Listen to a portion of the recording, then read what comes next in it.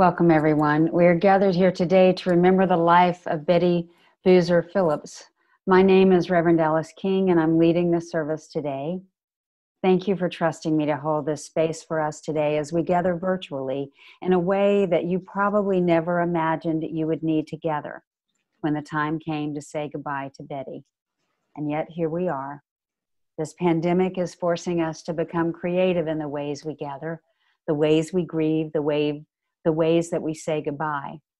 Today we gather online rather than in person, and that act itself is an act of communal care, staying apart in order that more of the vulnerable among us may stay safer.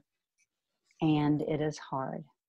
It is hard to see each other on a screen rather than in person, and hard to be together virtually, unable to hug or hold each other as we share our memories of Betty Phillips. And it will probably be awkward at times. Glitches might happen, screens might freeze up. But still we gather, knowing that remembering that saying goodbye is all part of the already messy process of grief and loss. Knowing that your love for Betty will come through across the pixels and Wi-Fi connections and the space between us.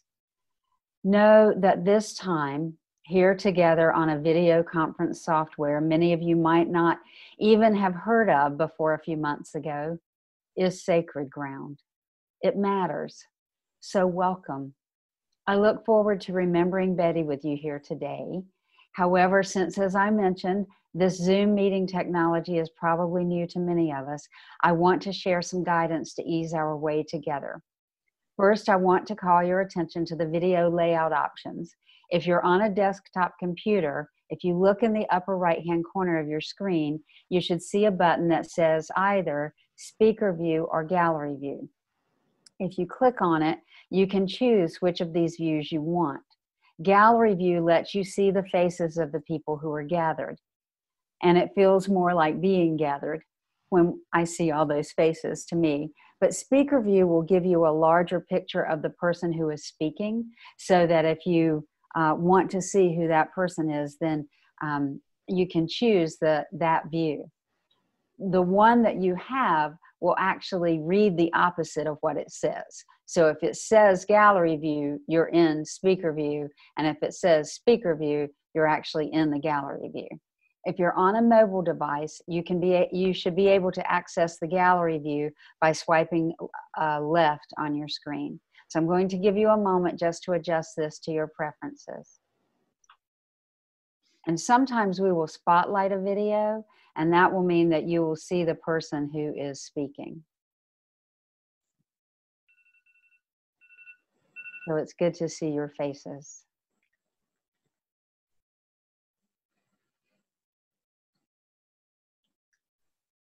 So I'm going to give you a moment just to play with that.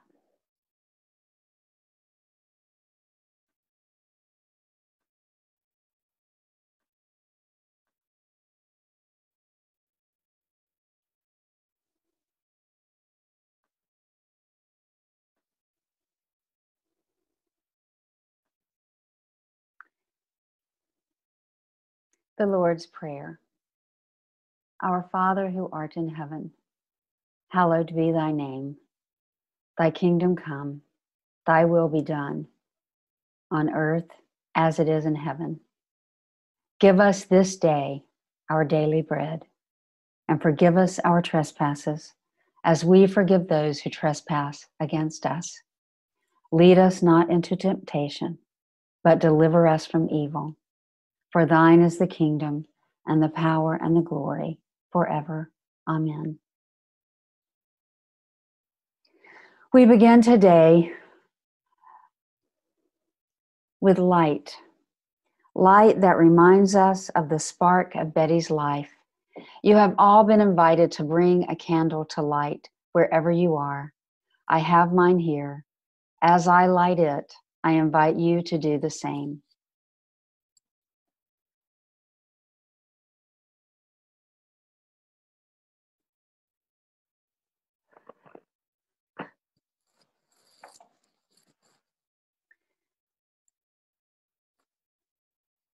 As we journey through this service together, may this light remind you of the warmth the light, and the joy that Betty brought to each of our lives. May the dancing of the flame remind you of the way she moved through life. May it spark your own memories of Betty today.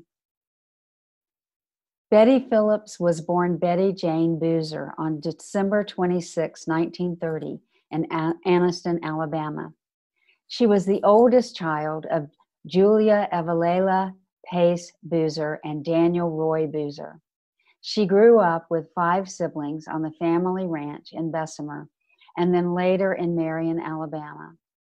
Betty met her future husband, Robert Abner Phillips, Bob, when she was 16 at a meet and greet event. More about that later. She graduated from Perry High School as class valedictorian and went on to attend Stevens College in Columbia, Missouri, where she earned her degree in interior design. Betty and Bob were married on June 15, 1952, and honeymooned in Gatlinburg, Tennessee. Valerie arrived more than a year later, followed by Bobby 17 months later, and then Daniel in another 2.5 years. Their first home was in Charleston, South Carolina, and then they moved to Key West, Florida, and then Pensacola, then to Corpus Christi, Texas, Quonset Point, Rhode Island, Virginia Beach, Virginia, Milton, Florida, Washington, D.C., Norfolk, Virginia, and then they drove cross country to San Diego, and then lived in Carmel and then Lemoore, California, back to Orange Park, Florida, Gaeta, Italy, and then Northern Virginia, finally retiring to their current home in Gordonsville, Virginia. Betty was a Navy Marine Corps Relief Society volunteer. She had a 30-year career as a realtor in Northern Virginia, and she enjoyed her book club and the 4 County Players local theater in Barboursville, Virginia. She excelled in school, played piano, loved cooking, and was a very accomplished seamstress and knitter, often making Argyle sweaters and matching socks for Bob. She loved theater and traveling and good humor. She didn't watch much TV, but she did love reading a book at night with a brandy. She did not enjoy heights nor bananas. She was into art and design and had a knack for arranging flowers and always was the gracious hostess. She thought in advance of food sensitivities for her guests and made sure all could eat. She welcomed family and friends into their home for a variety of social events. Her last event was perhaps her book club at her home in March, and she had already scheduled a bridal luncheon for Savannah this coming September. People always came back to Betty and Bob's. Some would say she had a strong personality. She knew she was right, someone said. She came from strong Southern women, and she was a strong Southern woman. She was resilient through hardships and as the grief that is a natural part of life came to her. She was known as fun-loving and ready to laugh and was a good sounding board. Some would say she liked to be in control, and some might even say she had a dominating personality. But those same folks would come back again and again to be part of the family and friends that meant so much to her. She offered her family and others a sense of tradition and a sense of what family means. That understanding that you know where you come from so that you can know where you are going. Very simply, she loved. She welcomed people back into the fold. She offered understanding and forgiveness, and she was loved for many reasons. At 89 years of age, while sitting at her usual place at the kitchen table discussing plans for the day, she passed away with her beloved husband Bob at her side. Her ashes will be interred at a later date at Arlington National Cemetery. No one can know all that there is to know about another person. We each experience them in our own way. There are many stories and experiences to share of Betty Jane, and we will hear some of those now, beginning with her beloved husband Bob, who compiled this story, which Bruce Kaiser will share.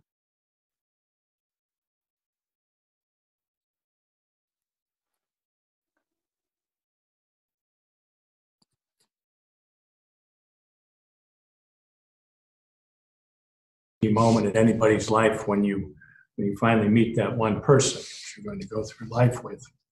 And this is Bob's story. I'm going to read it as if I was Bob. And so just be aware of that. On Sunday, which was Mother's Day Sunday, Valerie, Dan, and I were sitting at the kitchen table, reminiscing about Mom. And I asked the kids, "Did I ever tell you how I first met your mother?" Well, they said no, so this gave me the opportunity to tell them all about it. I attended Clay County High School in Ashland, Alabama. When I graduated, my diploma was deemed deficient for some of the requirements I needed in order to attend the U.S. Naval Military Academy. Excuse me, the U.S. Naval Academy. We don't want to have military there. I enrolled in the Marion Military Institute in Marion, Alabama, for another year of school to achieve those requirements. It was a tradition in Marion for the new cadets to meet the young ladies in the town.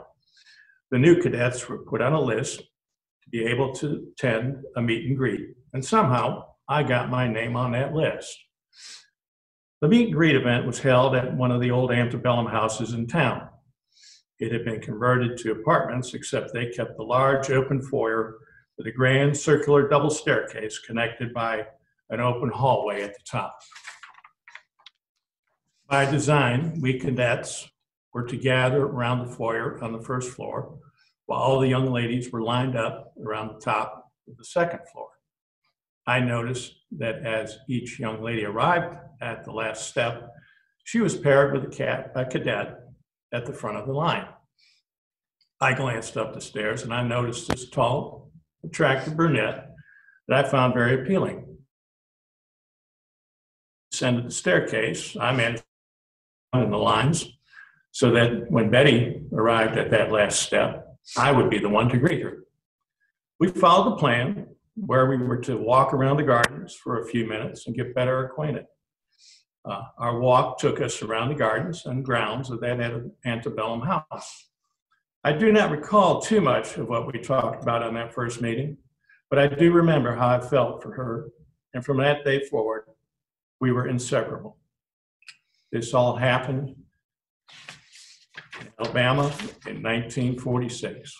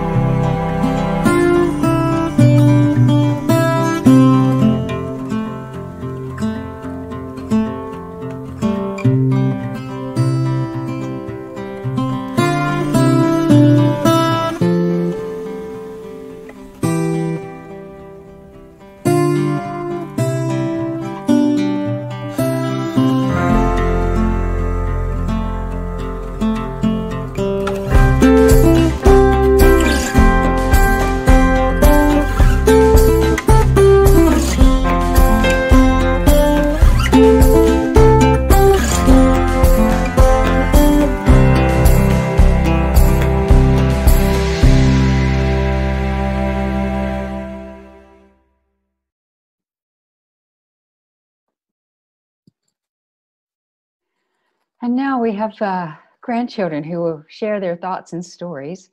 We're going to begin with Laura Phillips, and then James Flanagan, Jody Phillips, and Michelle Flanagan Moore.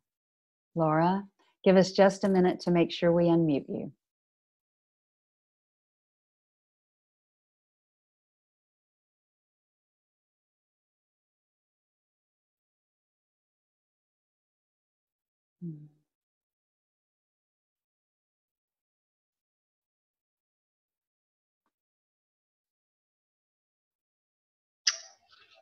Hello. Grandma was an example for how to live well. I will most remember how she appreciated the simple beauty of nature. I remember her garden in Springfield and the little pond with fish and frogs. I remember her teaching me about orchids. I tried keeping one of my own unsuccessfully. I remember how she knew so many kinds of birds and how patient she was just watching them. I remember telling her how much I disliked the wintertime. And she said, and I think of this often when I'm feeling down about the cold, that she loved to see the structure of the trees without their leaves. In fact, I remember her describe her love for autumn as well. She had an appreciation for the beauty of every season of life. She paid careful attention. She enjoyed the moment and did not hold on too tightly. The day after her passing, I went to a garden and I looked closely and tried to soak in as much beauty as I could. This is something that I can always carry with me. She taught me to pay attention and always look for the beauty. Thank you.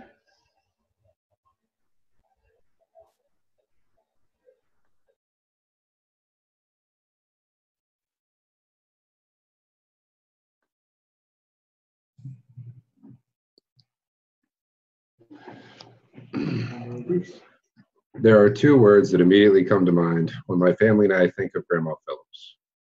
There has never been a moment that I can remember when she didn't display these two characteristics and many more. Those words are acceptance and love. For 40 years, Grandma has been my constant. She has always been there, accepting me, loving me, caring for me, and thinking of me. Never has she tried to lead me in a direction of her will. Instead, she let me grow into my own person, stepped back, and allowed me to make my own decisions that have generated both good and bad experiences that she knew I would need to have in order to shape my character. The entire time being constant with her love and acceptance. Grandma had her way of sharing her wisdom with us. She would tell us about her own experiences, frustrations, and greatest joys. And if you were paying attention, you would see past the grandma that knits, throws, and baby blankets, past the grandma that meticulously timed meals that will be ready when you arrive to her home. You would see this amazing woman who helped her family as she grew up by helping around the home and helping to raise her siblings. A woman who went off to school and learned all about design.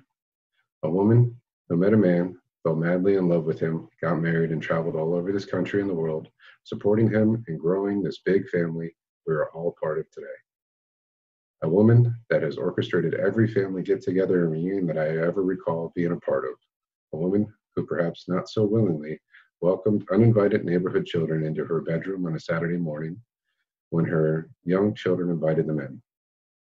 A woman who did the only thing she could when one of her sons lit the yard on fire and burned off his eyebrows. She remained accepting and loving. Grandma Phillips is the strongest, most accepting, and loving woman that I have ever known. She has endured countless heartaches and headaches in her lifetime, as well as the greatest joys of seeing her children, grandchildren, and great-grandchildren grow and thrive. I am only comforted in the fact that I was lucky enough to spend 40 years of my life knowing her, and the rest of my years will be spent remembering the woman that she was and what she has meant to me and my family. Thank you.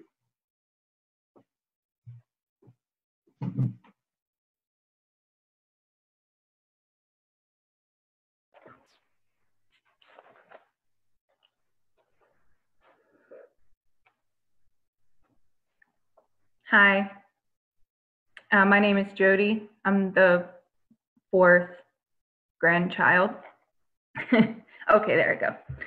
And I put together just a few words and quotes that come to mind when I think about my grandma. She was the epitome of Southern, graceful and eloquent. Just recently, I had lunch with Grandma and Grandpa at a favorite restaurant of theirs, Claire's of the Depot, a spot that we were visiting the second time for an annual birthday lunch, a tradition that I thoroughly cherished among the many meaningful and abundant traditions throughout the years. We spoke about my upcoming graduation today from PTA school, my adventures in parenting, and much about life in general. Eventually, we circled back to a restaurant recommendation I'd made, Mad Local, which is just up the street. I told them both the restaurant had a unique selection of burgers that my family and I really enjoyed. And enjoyed the local dining spot. Anyway, Grandma, never the one to forget about a great restaurant review, made the stop for lunch shortly thereafter with Grandpa. And what follows is a quote that is the epitome of my grandmother. Well, Jody, we tried that restaurant you recommended, and honey, I have to say, that burger was a disgrace to pimento cheese. Even in disgust, who could be upset by that delivery? My beloved grandma was famous for quotes such as these, dispatching worries and fears with just a few well thought out words, gems I will cherish, and I know many of you who do too.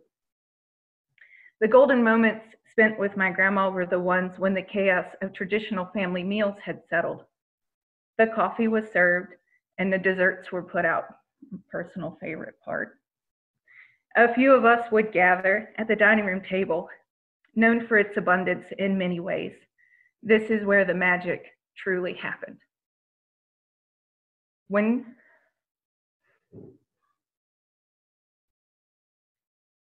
Grandma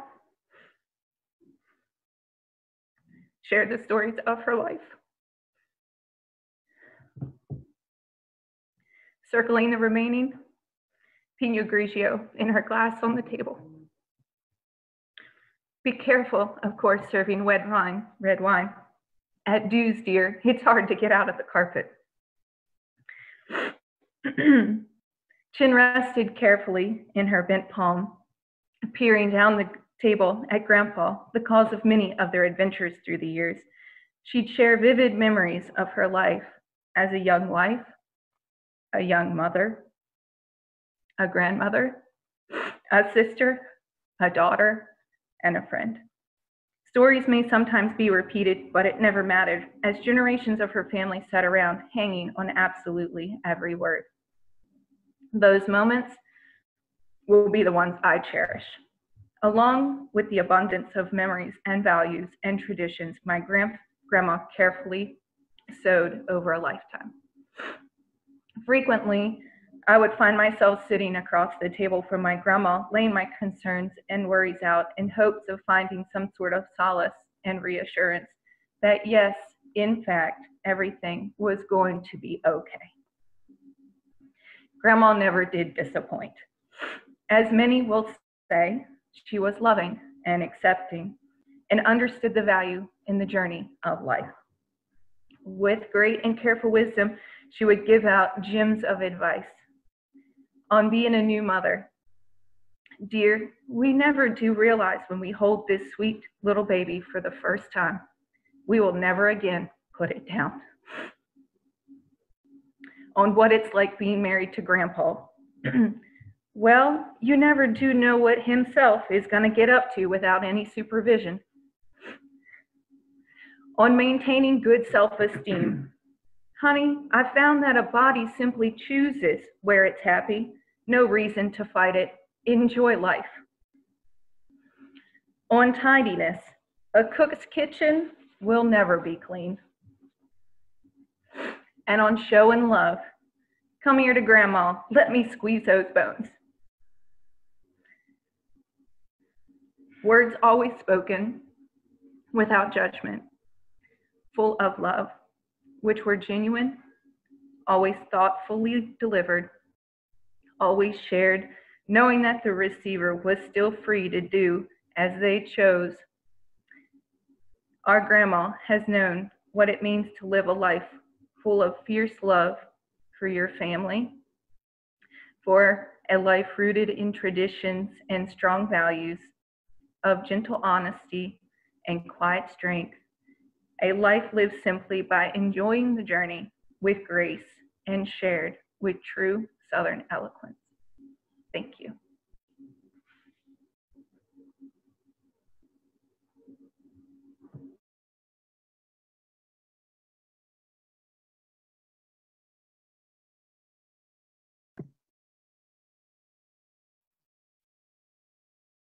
Hi, everyone. I'm Michelle. We're very fortunate to have so many expressive people in our family, of which Grandma was one. We also have our share of quieter relatives and one grandchild who isn't able to be with us today during this service. When asked for thoughts and memories about Grandma, one grandchild said, "I'm not good at putting it into words," which reminded me of a Jane Austen character who once said, "If I loved you less, I might be able to talk about it more." I want to share some collected thoughts from some of these quieter grandchildren as well as myself. First, I want to share some things our grandmother would want you all to remember. They may not be necessarily things she said out loud, but they showed in how she treated people and how she lived her life. I think that Grandma would want me to remind you all to celebrate your successes and milestones. We have many memories of Grandma and Grandpa hosting events to celebrate with us over the past 40 years for graduations, marriages, births, new homes, new careers, and other milestones. And Grandpa drove Grandma all over Virginia, attending ceremonies, dance recitals, sports events, music concerts, and plays. Their presence and approval meant a lot to all of us and reminded us that we are loved, encouraged, and celebrated. Remember to eat real food. Okay, she said that out loud a lot, but it's really good advice that many of you have already heard her talk about. Grandma was passionate about cooking and eating real food and sharing that passion with her family. I think it is no small part of why people who met Grandma and Grandpa for the first time were amazed to hear that they had 10 grandchildren and 12 great-grandchildren because they looked so young, vibrant, and healthy. So don't forget, make your bone broth, use it in your soups and casseroles, try to get your real food from the source. Butter is usually better than margarine, and Grandma will approve. Grandma would also want you to remember that connection is so important. One grandchild said, "Grandma was good at making each grandchild feel important and loved, taking a genuine interest in each of our lives. Grandma made a point to visit with all of us individually, away from the chaos of the large family get-togethers. And those visits included many activities we remember fondly, including having lunch on our birthdays, going fishing, going to plays and concerts, going apple picking, and many more. She was also always curious, as an interior designer, to see our various homes. She would say, "I want to see your style." I was so inspired watching my grandma enjoying her life until the very last moment. She remained fully engaged with her life with enthusiasm and energy. One grandchild said, "She taught me how important it is to laugh through life." Grandma made time in her life for the things that she enjoyed and spent much less time on things she didn't enjoy. like housework, which I think is invaluable advice. Sometimes she expressed concern for her grandchildren when she could tell that maybe we were working too hard, either from career, family, illness, recovery, or some combination of those things. And she often arrived for visits with frozen prepared meals and words of support to help lighten our loads. I really appreciate that Grandma took time to relax. She regularly took naps and read books, including plenty of cookbooks. And she took time to watch the beautiful natural world. We could always count on her for a report on how her and Grandpa's ducks were doing. And sometimes that news was not good. Her message often was, don't worry about everything being perfect, because it never will be. Many years ago, Grandma gave me her recipe for English trifle, and in the final lines of advice, she wrote, whipping cream can cover a lot of problems. There are a bunch of things that we will always remember about Grandma, and I'll just list them now. Grandma was a great storyteller and conversationalist. One grandchild said, she was so gracious and would always make you feel welcome in your home. I wish I had her presence of mind, as even in awkward moments, she always knew the most gracious things to say. We will always remember her joy and enthusiasm for cooking and her extensive collection of cookbooks. One grandchild said, I especially remember her fried green tomatoes. They were the best. Many of us remember having the very special honor of helping out in the kitchen to prepare a meal with Grandma and Grandpa. Grandma liked to call quite a few of us carbohydrate kids, and that was due to our impressive carbohydrate consumption counts. We remember Grandma's incredible needlework and yarn skills. One grandchild said, I'm so thankful to have tokens of her craft to carry with me and pass through my family. We have memories of her working on her projects at the kitchen table in the mornings when the light was good and her eyes were fresh. Grandma and Grandpa had great delight in giving her great-grandchildren a variety of fun toys, including an array of remote control cars, robots, and other gadgets. I think I remember some gadgets that even flew, now that I think of it. One great-grandchild has fond memories of using a remote control spider from Grandma and Grandpa to terrify his 4-year-old friends. Many of us have fond memories of going to the beach with Grandma and Grandpa. We started out in 1980 in Cathy Cottage and moved to larger and larger beach houses each year as the family grew, including some years when we rented both sides of a duplex house. Grandma rarely went to the beach, and that was one way we knew she was primarily there to spend time with us, including making delicious meals with fresh caught shrimp and the freshest okra. Grandma is the reason I know to always bring my own skillet, knives, coffee pot, and other essentials when staying in a beach rental, because you never know what's going to be in the kitchen when you get there. Grandma had many sayings, including one of her sayings that she would exclaim with bewildered eyes, "Saints preserve us." One grandchild wants everyone to know, I never knew the actual words until I was much older. Some of us remember the way she would cross her leg at the ankle to support each new baby in her lap so that she could get a good look at each new family addition. Each of us had this experience before we could remember it, and then we got to watch her welcome her great-grandchildren in the world the same way. Many of us have memories of spending time with Grandma and Grandpa when they took us off of our parents' hands for much-needed breaks. Some of us have fond memories of going on trips to the cabin with Grandma and Grandpa, playing in the loft, climbing on the rocks in the creek, and enjoying home-cooked breakfasts, often including Grandma's biscuits, always made with Hudson Cream self-rising flour. We'll always remember so many things about her. Sometimes we're going to remember her frequent singing and humming, just filling the house.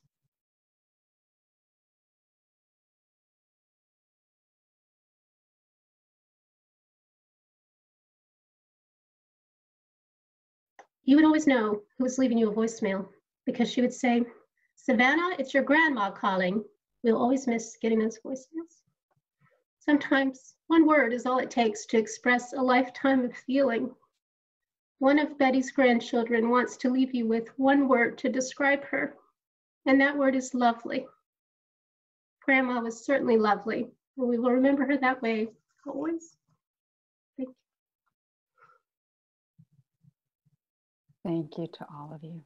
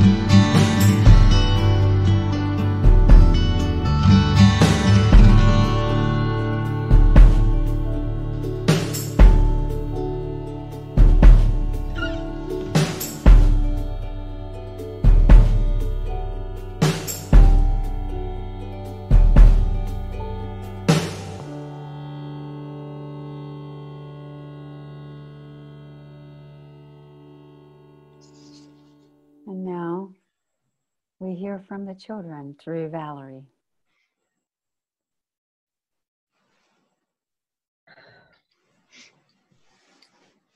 I am Valerie, Betty's daughter and firstborn. I am a strong woman because a strong woman raised me. Robert is Betty's second-born and first son.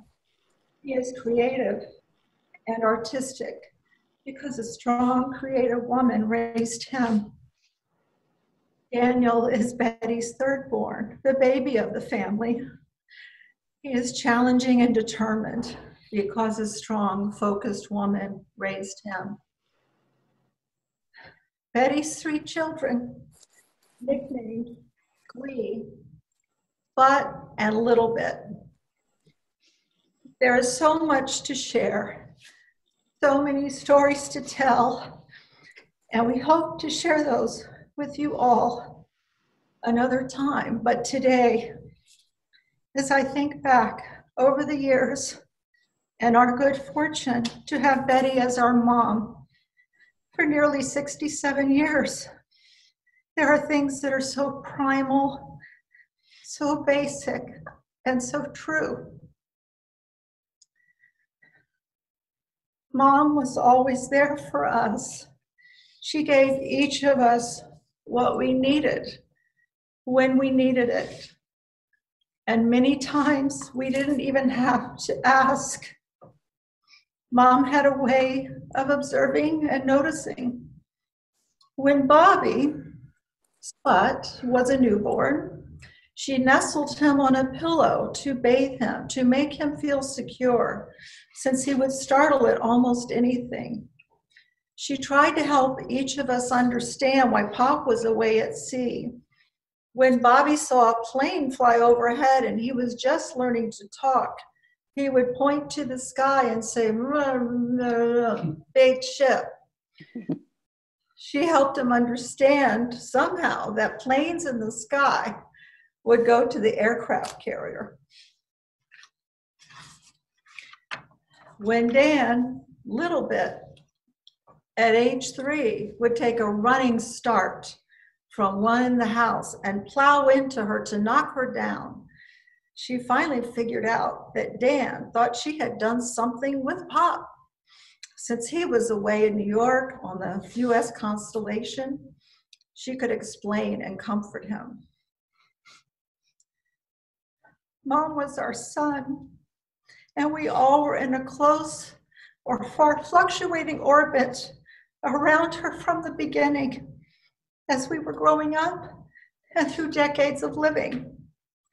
She was steady and true as we each experienced our independent lives through our careers and each of our families as they were started and restarted.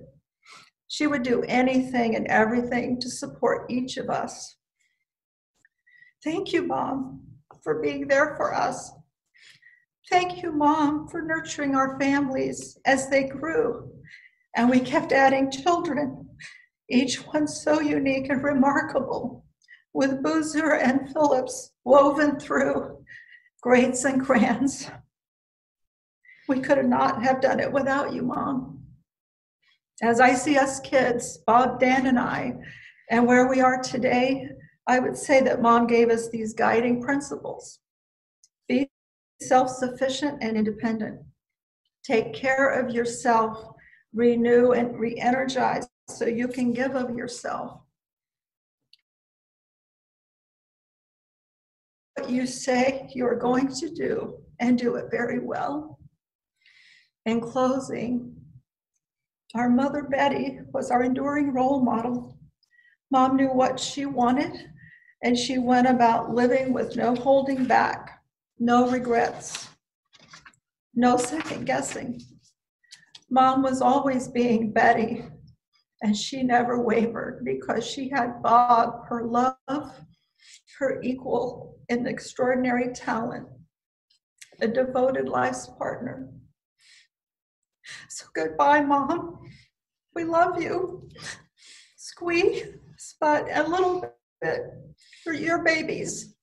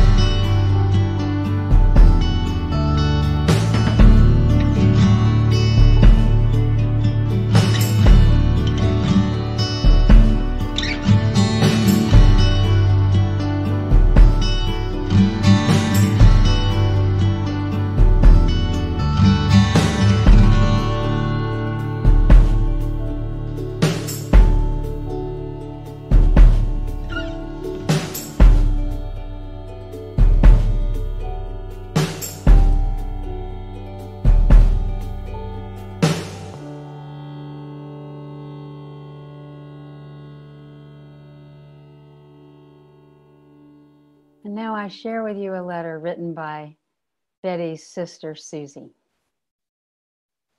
Someone asked Dolly Parton how she was doing.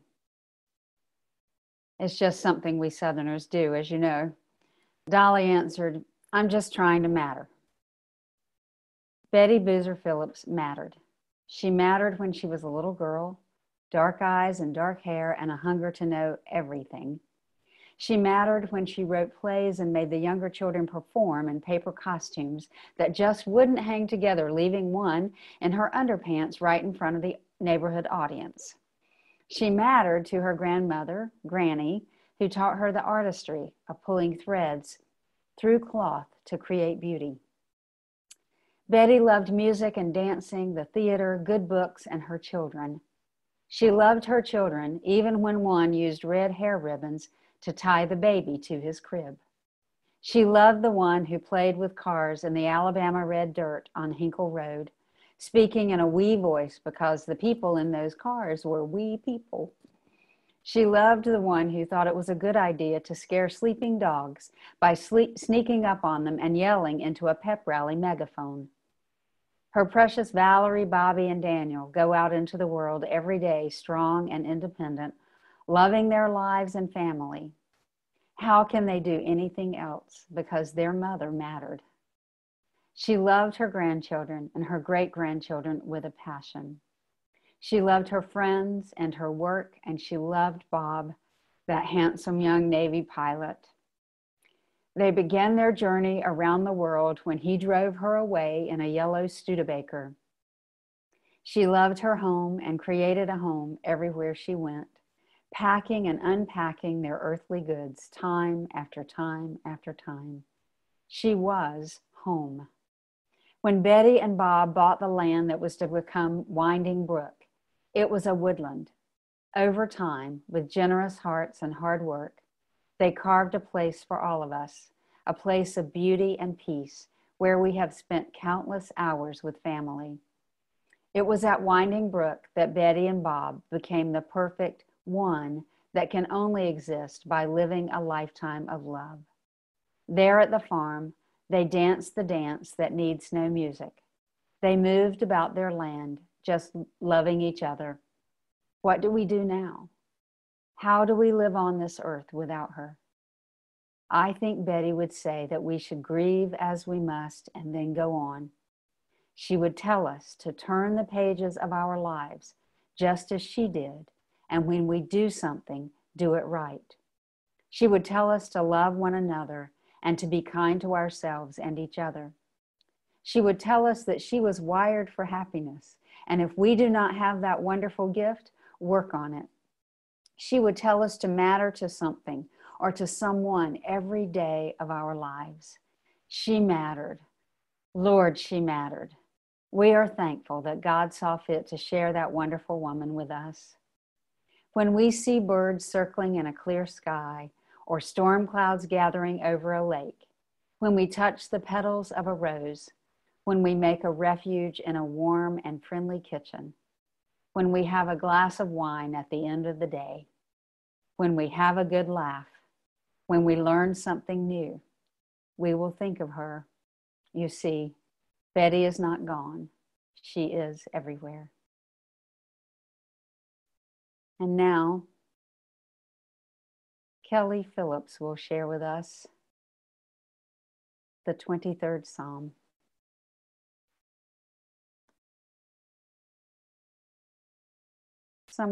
Kelly, will you just wait until we make sure that you're unmuted and we can spotlight your video?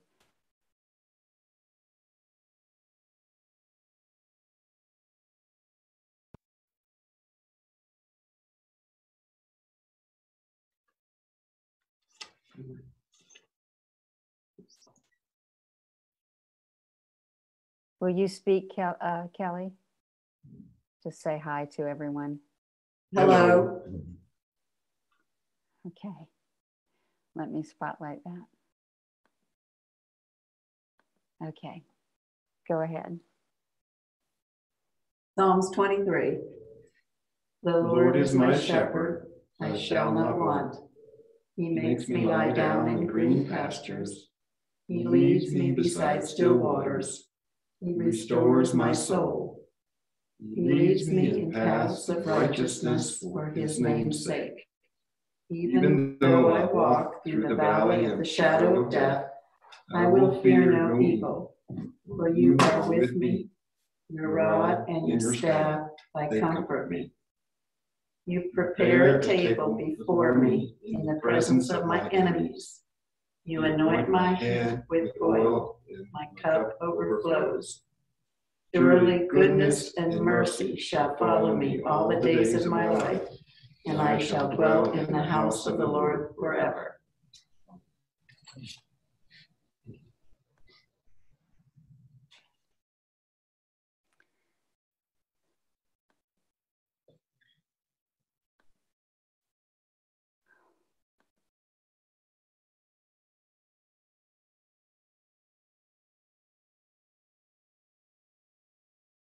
Truly, it is in mystery that we are born and in mystery that we die. Betty may not be with us in body any longer, but she lives on in each of you, in the memories you have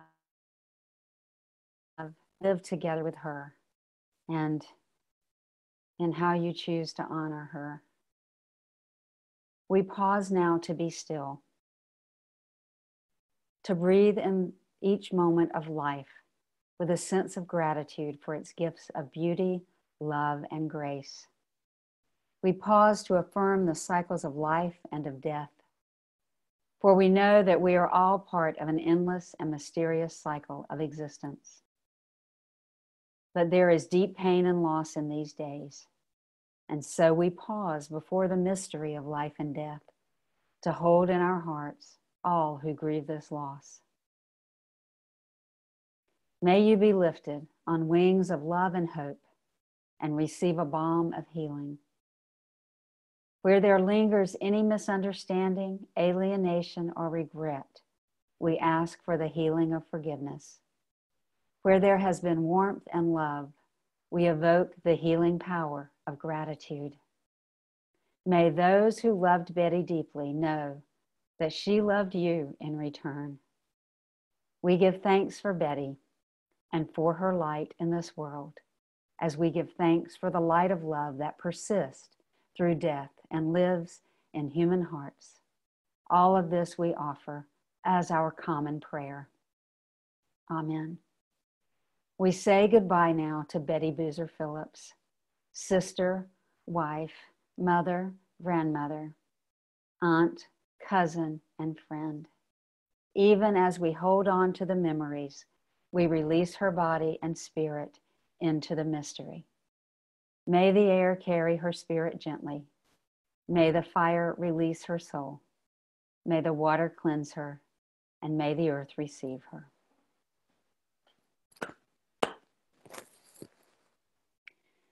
Thank you all for being here to celebrate this life.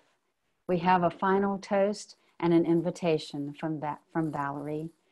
Go in love and peace. Blessed be, and amen. Valerie.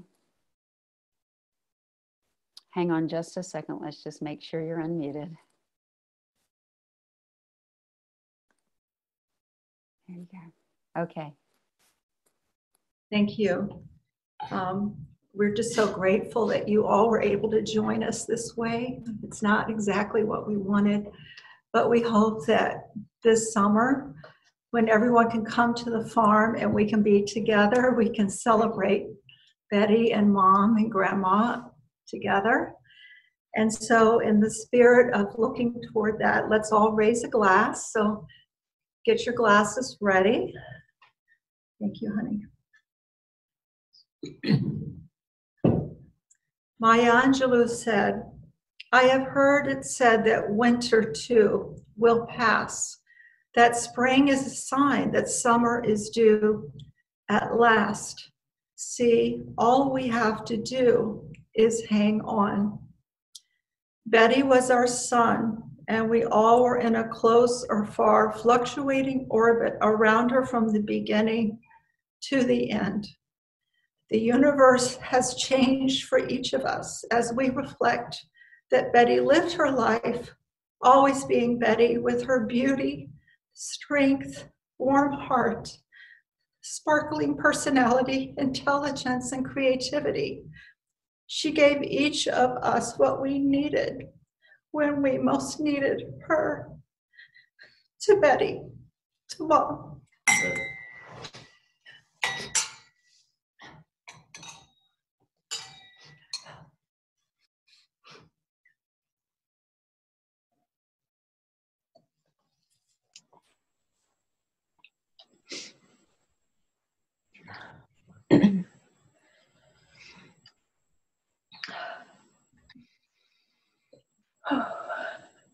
Is there an invitation? And now, or are we skipping that? hello, this is Beth. And I know that some of you may not have seen the video at the beginning, from the beginning.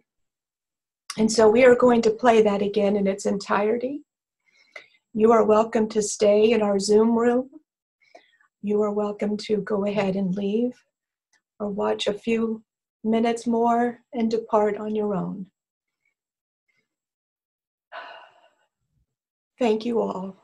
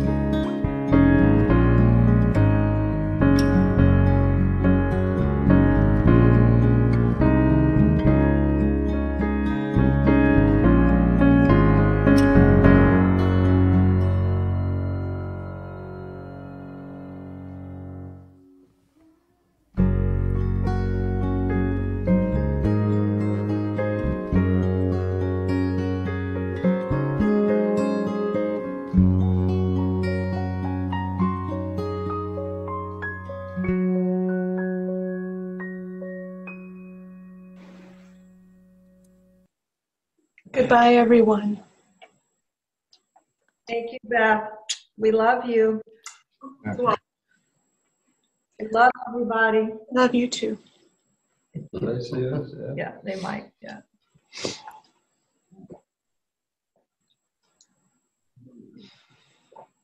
Ready to leave?